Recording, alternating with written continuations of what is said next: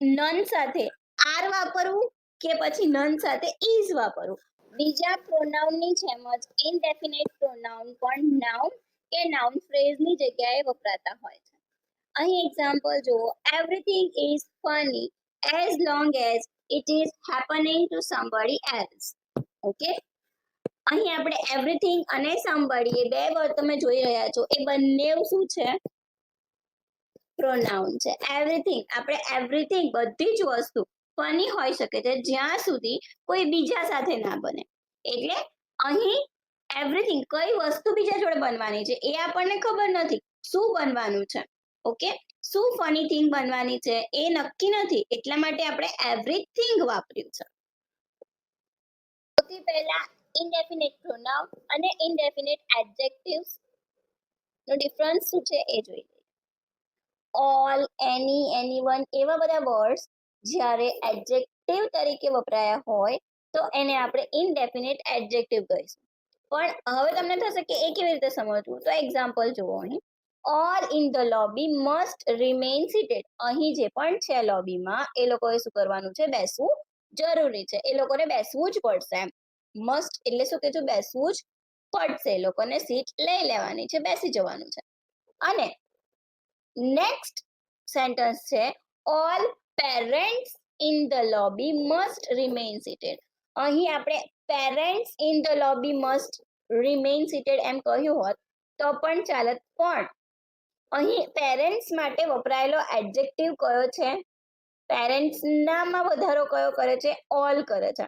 Okay, તો all એ શું થશે? અહીં એડજેક્ટિવ થશે. અને એટલે આ જે સેકન્ડ સેન્ટેન્સમાં ઓલ છે એ ઇનડેફિનેટ એડજેક્ટિવ છે, જ્યારે ફર્સ્ટમાં ઇનડેફિનેટ પ્રોનાઉન તરીકે યુઝ થયું છે. અહીં નાઉન નથી આપ્યું. જ્યારે નાઉન ના આપવામાં આવ્યું હોય ત્યારે ઇનડેફિનેટ પ્રોનાઉન કહેવાય, અને જ્યારે નાઉનની સાથે વપરાયું હોય તો એ ઇનડેફિનેટ એડજેક્ટિવ થશે. સમ, એની, એવરી, નો. અને અહીં છે બોડી, વન અને થિંગ. ઓકે, તો આ જે 7 છે એનામાંથી આપણે બહુ જ બધા ઇનડેફિનેટ પ્રોનાઉન બનાવીશું. Somebody, anybody, everybody, nobody. someone, anyone, everyone, no one. something, anything, everything, nothing. હવે તમને હું સમથિંગ શીખવાડીશ તો તમને બાકી બધા સમજ પડી જશે. someone શીખવાડીશ તો બાકી બધા સમજ પડી જશે, અને સમથિંગ કરાવીશ તો તમને બાકી બધા જ સમજ પડી જશે. અહીં તમે જુઓ, આપણે કેટલા 12 ઇનડેફિનેટ પ્રોનાઉન એક સાથે શીખવાના છીએ. ઓકે, તો સમબડી, જ્યારે સમબડીનો ઉપયોગ થતો હોય ત્યારે એ કોઈ ગ્રુપ, આપણે આપણા જ ગ્રુપના લોકોની સાથે જ્યારે વાત કરી રહ્યા હોય તો આપણે સમબડી વાપરીશું. અને જ્યારે આપણે આઉટ ઓફ ધ ગ્રુપ, બીજા ગ્રુપની વાત કરતા હોય તો someone has stolen my purse from market, એવું આપણે કહી શકીએ. જ્યારે આપણા ઘરમાંથી જ કંઈક વસ્તુ ખોવાઈ ગઈ હોય તો શું કહી શકીએ આપણે? somebody stole my pen, કે કોઈએ મારી પેન ચોરી લીધી, પણ ક્યાંથી? ઘરમાંથી ચોરી લીધી છે. ક્યાં તો પછી એમ કહી શકીએ I lost, someone lost my pen, કોઈએ મારી પેન ખોઈ નાખી. ઓકે, અને સમથિંગ છે એ કોના માટે વપરાય છે? સમથિંગ, એનીથિંગ, એવરીથિંગ, નથિંગ એ બધું જ નોન લિવિંગ થિંગ્સ માટે વપરાય છે, નિર્જીવ વસ્તુ માટે. હવે તમને ખબર પડી ગઈ. આટલા બધા જે છે 12 જેટલા ઇનડેફિનેટ પ્રોનાઉન્સ છે એ તમે ખાલી 2 જ મિનિટમાં શીખી ગયા. હવે આપણે પ્રોબ્લેમ જોઈ લઈએ. કયા કયા પ્રોબ્લેમ્સ આવતા હોય છે જ્યારે આપણે ઇનડેફિનેટ પ્રોનાઉન યુઝ કરીએ ત્યારે? નન સાથે સિંગ્યુલર વાપરવું કે પ્લુરલ વાપરવું? ઘણા લોકો એવા હશે કે જે કહેશે તમને કે નન હંમેશા સિંગ્યુલરમાં જ આવે છે, પણ એ સાચું નથી. નનની સાથે સિંગ્યુલર અને પ્લુરલ બે, નન એ સિંગ્યુલર પણ છે અને પ્લુરલ પણ છે. None of the student is expected to get an A. કોઈ પણ સ્ટુડન્ટને નન ઓફ ધ સ્ટુડન્ટ, કોઈ પણ સ્ટુડન્ટને એવી આશા ન હતી કે એ લોકોનો એ આવશે.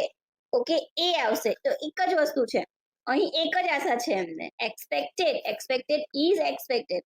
અહીં એકની જ આશા છે. જ્યારે સેકન્ડ સેન્ટેન્સમાં શું છે? None of the students are expected to gate as, or B's. તો કોઈ પણ સ્ટુડન્ટને એવી આશા ન હતી કે એમનો A અથવા B બેમાંથી કોઈ આવશે. તો બેની વાત કરી છે. જ્યારે બે વસ્તુની વાત કરી હોય, એક્સપેક્ટેશન બે વસ્તુ હોય, ત્યારે આપણે આર વાપરીશું. સેકન્ડ ઇશ્યુ છે either and neither. A singular છે કે નહીં?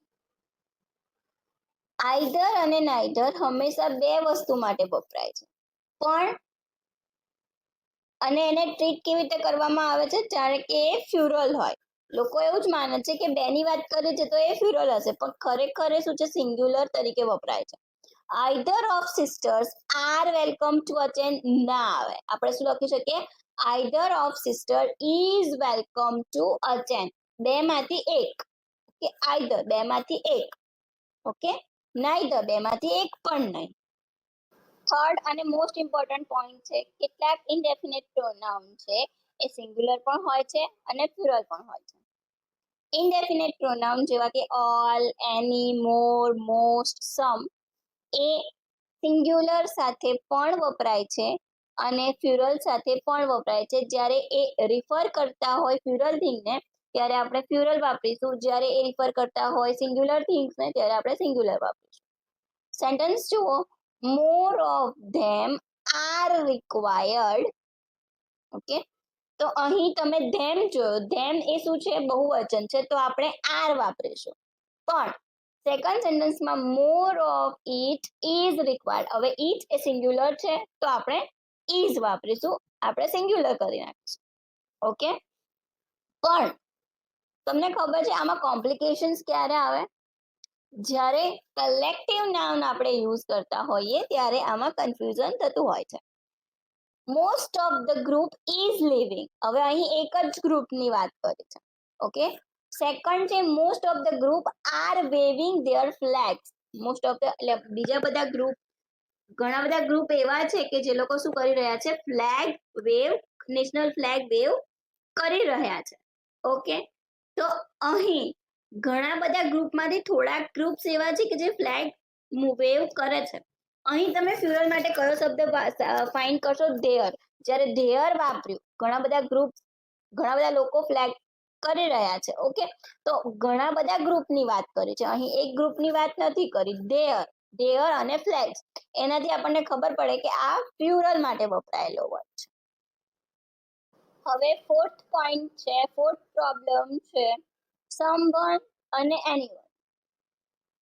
એટલે કે આ જે વર્ડ્સ છે someone, anyone, each, everybody, nobody, એ જે છે એ કેવા છે? જેન્ડર ન્યુટ્રલ છે. એટલે કે એ કોઈ મેલ ફિમેલ જેન્ડર સાથે રિલેટેડ નથી. જ્યારે આપણે મેલની વાત કરવી હોય તો પણ આપણે એનીવન વાપરી શકીએ છીએ, જ્યારે ફિમેલની વાત કરવી હોય તો પણ આપણે એનીવન વાપરી શકીએ છીએ. તો એ શું છે? એક જેન્ડર ન્યુટ્રલ વર્ડ્સ છે. સેન્ટેન્સીસ જોઈ લઈએ. Everybody accept his responsibility. કે દરેક જણાએ, અહીં શું? દરેક જણ, એવરીબડી એટલે શું? દરેક જણ, દરેક જણે પોતાની રિસ્પોન્સિબિલિટી ઉઠાવવી જોઈએ. All that glitter is not gold. બધું જ ચમકતું હોય એ સોનું નથી. તો અહીં ઓલ જે છે એ શું છે? Indefinite pronoun.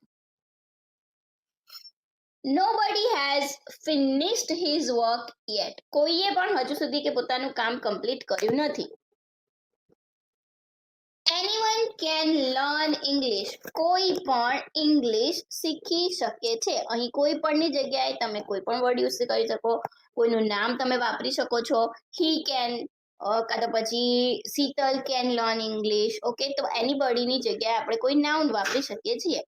ફિફ્થ છે no one understand the important of education. કોઈ પણ ઇમ્પોર્ટન્ટ એજ્યુકેશનનું ઇમ્પોર્ટન્ટ સમજ્યું નથી. આ મારો વિડીયો જોવા માટે આભાર, અને જો સબસ્ક્રાઇબ ના કરી હોય ચેનલ હજી સુધી તો સબસ્ક્રાઇબ કરી દેજો અને બેલ આઇકોન દબાવવાનું ના ભૂલતા.